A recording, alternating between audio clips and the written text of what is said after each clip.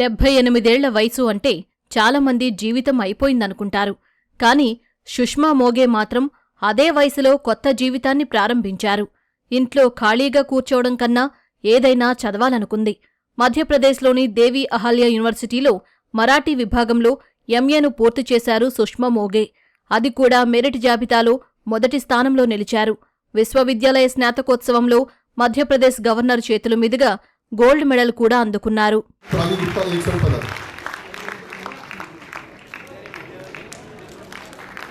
एक हमारे यहाँ कैंडिडेट थी 78 वर्षीय थी, उनको गोल्ड मेडल मिला हुआ है और ये हमारे विश्वविद्यालय के लिए गौरव का विषय है कि हर उम्र और हर लिंग के लोग यहाँ पर विद्या अर्जन कर रहे हैं.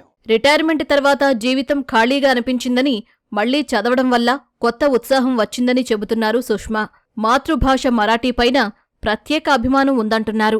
ప్రస్తుతం సుష్మా ప్రముఖ హిందీ రచయితల పుస్తకాలను మరాఠీలోకి అనువదిస్తూ సాహిత్య ప్రయాణాన్ని కూడా మొదలుపెట్టారు. ఖాళీ సమయాన్ని వృధా చేయకుండా చదవాలని, ప్రపంచంలో నేర్చుకోవాల్సింది చాలా ఉందని ఆమె యువతకు సందేశమిస్తున్నారు.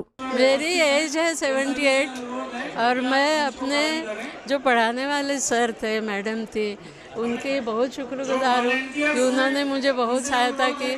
ऑनलाइन ऑफलाइन दोनों पढ़ाया, सारा कोर्स अच्छे से समझाया और मुझे बहुत मदद की सबने.